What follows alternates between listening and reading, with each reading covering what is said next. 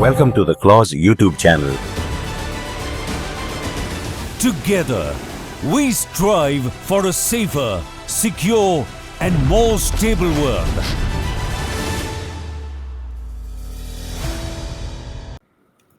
Hello, everyone. Welcome back to another episode of Strategic Frontlines, the official YouTube channel of CLAWS. Here, we discuss regularly contemporary issues with the experts. I'm Dr. Roshan Khanijo, and today's guest is Major General RPS Bhadauria, VSM retired. He's the Additional Director General at Center for Land Warfare Studies, CLAWS. Welcome, General Bhadauria, to this podcast. Thank you very much, Dr. Roshan, and pleasure to be here with you. General Bhadauria, as we know that the dastardly act at Pahalgam had taken place, and we knew that India is going to retaliate. It was just a matter of time when we are going to do it.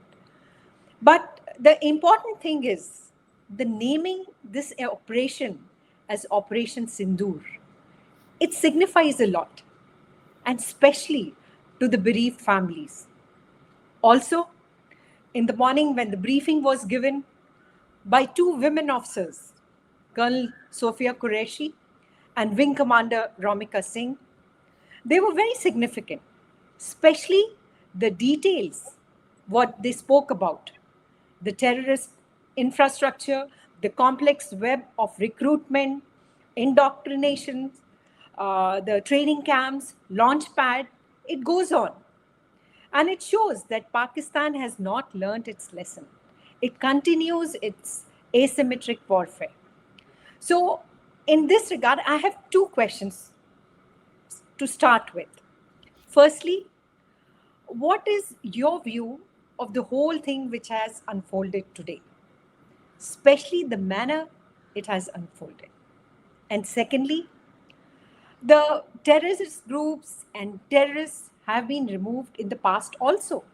We have examples of US, Israel, Iran, and even Pakistan has conducted airstrikes inside Afghanistan to target TTP hideouts.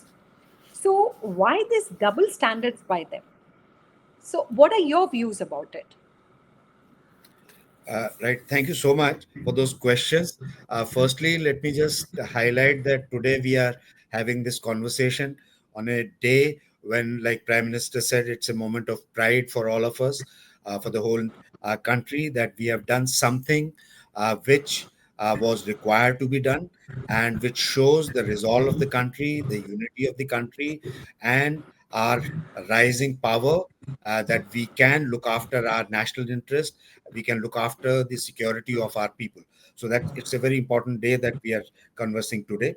Now, as far as your how did the whole thing roll out is concerned, let me start by saying that today's operations, they are termed as multi-domain operations, right? So meaning that they are not done only in one arena, whether it is land, air, sea, or whatever. So there is cyber, there's information warfare, there's use of social media, making of narratives. So all this has gone in this particular operation. So firstly, it was a tri-services operation. Navy, Air Force, Army, they were all involved. Then the way we have built our narrative, the way we have gone about, uh, you know, uh, putting out the message to the world and to our own nationals, starting with the way the operation has been named. Now, Sindoor, we all know, symbolizes a lot of things to our married ladies, and particularly in Hindu religion. So it's very important thing for them to put on Sindoor, right, once they get married. And in Pahalgam, we saw young ladies getting widowed, right? So this conveys that we are bringing justice to them, right? So as our Prime Minister had said, that we will bring the terrorists and we will ensure that justice is given to these widows. So that it conveys that. So starting from the name, uh, we have been, putting out a message to our citizens, to Pakistanis, and to the world community. Also, why Sindoor? Because it symbolizes a particular religion, and if you remember, the terrorists were asking the religion of the people whom they were killing, and based on their religion, they were shooting them. So this again says that it cannot be like that. And this also got reflected in the choice of our speakers. We had lady officers, firstly, showing our Nari Shakti, taken from all different religions. They symbolize the unity of the country, the secular nature of the country. So that was a big statement which we made. Now, as far as the targets are concerned, I think there was a lot of messaging in this from both sides. Let me start from the terrorist and the Pakistan side, because actually it is the Pakistan which carried out those strikes, and the medium was only the terrorists. For it was in Jammu and Kashmir, and for last 4 or 5 years we have been seeing that things are becoming normal. We held G20 summit, and it was of the tourist. Not ministers, officials who were taken there to show them that look, Jammu and Kashmir is very normal, and people can come visit here. So therefore, the terrorists chose, or their backers chose, a target which hit at this particular narrative of ours. So therefore, Pahalgam, right? They also wanted to divide the country on the religious lines, right? But probably they have a perception that they can do that and succeed, right? So therefore, first time the terrorist asked the religion and kill people. It hasn't happened before. We have been all in Jammu and Kashmir. We have seen them killing so many places, but never ever did they ask the religion and then shoot the person. So this was from their side. Now, what about our side? Now, first thing uh, was the choice of the target. Right, Prime Minister, right in the beginning, the Defense Minister, right in the beginning, said, "We will go after the terrorists. We will go after their backers wherever they are." So we found them to be in POK, right? So we hit the targets in POK. Then we hit targets in Punjab. We did not hit any target in Sikkim. Why? Because Punjab symbolizes the seat of power as far as the politicians are concerned, the military is concerned. For Pakistan, Punjab is the seat of power. And we all know that other provinces do not like that. That's why we are having the kind of trouble that we are having in Sindh, Baluchistan, KP, right? So we hit Punjab, and we tried to send the message to the Pakistanis that we can come and get after your power centers if they are the backers, right? So this was another message that we sent. And like that, I think this particular rolling out of our military action has achieved whatever we had right from the beginning wanted to achieve. And also, this has conveyed the right messages to the world community. And that would be evident in the kind, or that is evident in the kind of backing that India is receiving for the actions that we have done. I fully agree that what you have said, that the adversary cannot divide us based on religion, which they will not succeed. And secondly, what you talked about, our attack, we have made it very clear that we are attacking the terrorists and the terror groups. And it was the first time we had gone inside Pakistan 30 kilometers, and we had, for the first time, hit inside their area, and also the POK areas. So the message is quite clear that terrorism is not going to be tolerated. So my now next question is, how do you think the Pakistanis are going to react? Are they going to understand this? Because it cannot happen that when they do the same thing, it is all right. But when we do, it is violating things. So, what do you feel? How are they going to react? Are they going to just do a symbolic kind of retaliation, or the retaliation is going to have little more level of escalation? And if that is going to be the case, then I'm sure the Pakistan will pay the price. So what are your views about it? So, firstly, Pakistan leadership, both military and political, of course, has very little heft in their functioning. So, Pakistan army would be actually in a dilemma, right? I wouldn't like to be in their shoes because with what face do they tell the world community that we are now reacting, taking action? because India has hit the targets, the terrorists, their infrastructure.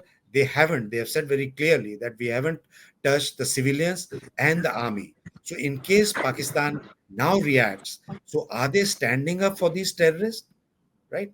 So, is this the message that they want to give? That is number one. Number two, if you remember, from 21 to 24, thrice they carried out airstrikes in Afghanistan, right? On the same pretext that they are getting TTP terrorists are coming from there. Thrice they struck there. Also in 24, both Iran and Pakistan, they exchanged airstrikes and again saying that we are going after terrorists, right? We have seen what's happening in Middle East. Uh, Whenever there was a terrorist strike, whichever country was struck, they have taken action. US itself has taken action in the past, whether it was in Iraq or it was in Afghanistan. So, therefore, India's right for self defense has now been recognized by everyone. Now, let me just give out. I mean, since morning, we have been reading, hearing the statements which have come from the world leaders. US, of course, have said that India has the right. And if you recollect in 2000, in the Balakot strike, if you recollect, the first statement had come from John Bolton, who was the NSA of Pakistan of US, and he had told our NSA Doval that India has the right to strike. They haven't changed the position now, right? China, surprisingly, China people thought would back Pakistan, but they have asked Pakistan to exercise restraint. They have said, don't go in, don't escalate the situation, right? All other countries, all our partners have stood by us. Russian President Putin, just 2 days back, said that India has the right to retaliate. They have the right to punish these terrorists. So, what does this show? This shows that our whatever we were doing, we were on the right side. The world community has supported us, and Pakistan is now got isolated, right? The third point is that Pakistan's double speak has got exposed. It was already exposed. Everyone knew it. But with every incident, their double speak gets exposed even more. Right? Sometime back, you heard Bilawal Bhutto and their defense minister saying that, look, we have been harboring terrorists, we're training them, we've been supporting them in the past. The information minister, he said, no, we have never supported them. Right? When today in the morning he was being interviewed and he was denying everything that has happened. So the interviewer, the person asked him that Bin Laden was found in your country. So how do you deny that? He said, no, it was not this, that, and he just did not answer that. So that double speak of Pakistan has always been highlighted or has been exposed, and which is a good thing because going forward, I think they would find it difficult to continue with whatever they've been doing. Now, as far as the escalatory matrix is concerned, right from the beginning, I do not think that either of the nations thought that this would get converted into a full scale war because India is not interested in a full scale war. Pakistan cannot prosecute a full scale war because of their economic problems and their whole lot of other problems on the Western front and things like that. So they are incapable of doing it. India does not have the intention of doing it because we just wish to bring the uh, terrorists to justice. So therefore, on the escalatory matrix, I do not see Pakistan showing any kind of capacity to do anything.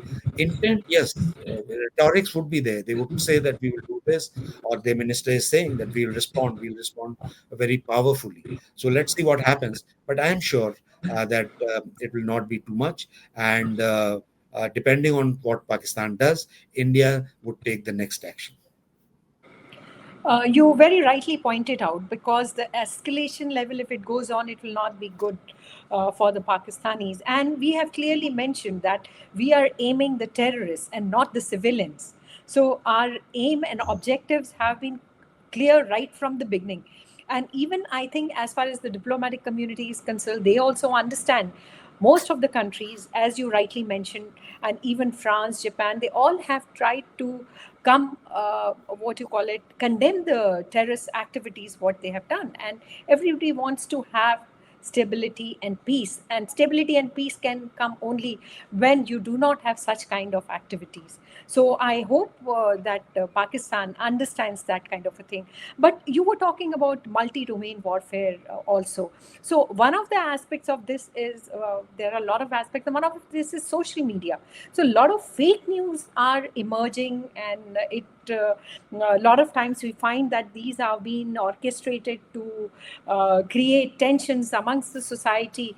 So what is your advice? How we need to tackle this kind of fake news? What it, because it creates more damage. No, that's a very good question, because fake news is something which we all have to deal with. And I think our government and the armed forces took some actions. If you recollect, just a few days back, we banned a few of the channels from Pakistan, few other channels, vlogs and things like that. That time we thought probably we are, trying to stop the information.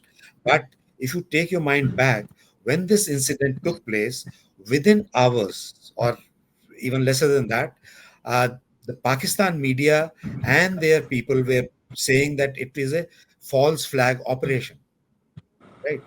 So how can you say that it is a false flag operation when it has just rolled out? False flag means India has done it themselves, right? Firstly, it is absolutely nonsense, right?